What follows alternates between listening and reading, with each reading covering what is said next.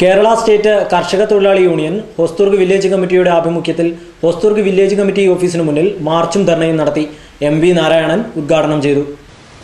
ഈ ഗവൺമെന്റ് വന്നതിന് ശേഷം പറഞ്ഞിട്ടുള്ളത് 2005 വരെ കേരളത്തിനകത്ത് നിലം നികത്തിയിട്ടുള്ള മുഴുവൻ സ്ഥല ഉടമകൾക്കും നിയമപരിരക്ഷ നൽകുന്നതിന് വേണ്ടിയുള്ള തീരുമാനമാണ് ഗവൺമെന്റ് എടുത്തിട്ടുള്ളത്. ഇങ്ങനെ വന്നു കഴിഞ്ഞാൽ അത് പരോക്ഷമായിട്ട് കേരളത്തിലെ ഇന്ന് നിലനിൽക്കുന്ന നിലവേലുകൾ ആവശ്യാനുഷ്ഠാനം നികത്താമെന്നുള്ള പരോക്ഷമായിട്ടുള്ള ആഹ്വാനമാണ് കേരളത്തിലെ ഗവൺമെന്റ് നടത്തിയിട്ടുള്ളത്. അത് തീർച്ചയായിട്ടും നമ്മളെ സംബന്ധിച്ചിടത്തോളം അംഗീകരിക്കാൻ വേണ്ടി കഴിയില്ല. കാരണം നമുക്കറിയാം, ഇന്ന് തന്നെ കേരളത്തിനകത്തുള്ള നെൽവയലുകൾ ക്രമേണ ഇല്ലാതായിക്കൊണ്ടിരിക്കുക. അപ്പം ഇന്ന് നമ്മൾ സംസാരിച്ചിട്ട് നാളെ ഒരു കണക്കെടുത്തു കഴിഞ്ഞാൽ ഇന്നത്തെ കണക്കായിരിക്കില്ല നാളെ ഉണ്ടാകുക.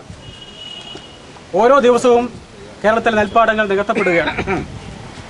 അപ്പം അതുകൊണ്ട് തന്നെ ഇത് സംരക്ഷിക്കുന്നതിന് വേണ്ടിയിട്ടുള്ള നിയമനിർമ്മാണത്തിന് വേണ്ടി ഒരുപാട് കാലമായി കർഷക തൊഴിലാളികൾ നിരന്തരമായിട്ടുള്ള സമരത്തിലാണ്. അങ്ങനെ സമരത്തിന്റെ ഫലമായിട്ടാണ് കഴിഞ്ഞ ഗവൺമെന്റ് ഇത് ഒരു നിയമപരീക്ഷ നൽകുന്നതിന് വേണ്ടി നിയമനിർമ്മാണം നടപ്പിലാക്കിയത്. വിലക്കയറ്റം തടയുക, നെൽവയൽ നീർത്തടം സംരക്ഷിക്കുക, ജീവൻ രക്ഷിക്കുക, പ്രസ്തുത നിയമം കർശനമായി നടപ്പിലാക്കുക, തൊഴിലുറപ്പ് പദ്ധതി 200 രൂപയാക്കുക, തൊഴിൽ ദിനം 200 ദിവസമാക്കുക, ക്ഷേമ ആനുകൂല്യങ്ങൾ യഥാസമയം വിതരണം ചെയ്യുക, APL BPL ഭേദമില്ലാതെ എല്ലാ കുടുംബങ്ങൾക്കും മാസത്തിൽ 35 കിലോ അരി നൽകുക, കർഷക തൊഴിലാളി പെൻഷൻ 1000 രൂപയാക്കുക തുടങ്ങിയ ആവശ്യങ്ങൾ ഉന്നയിച്ചാണ് ഹൊസ്ദുർഗ് വില്ലേജ് ഓഫീസിന് മുന്നിൽ മാർച്ചും ധർണയും നടത്തിയത്. H. ശിവദത്തൻ അധ്യക്ഷത വഹിച്ചു. PV ബാലകൃഷ്ണൻ, ഗംഗാധരൻ മാഷ്, AV രാമചന്ദ്രൻ എന്നിവർ സംസാരിച്ചു.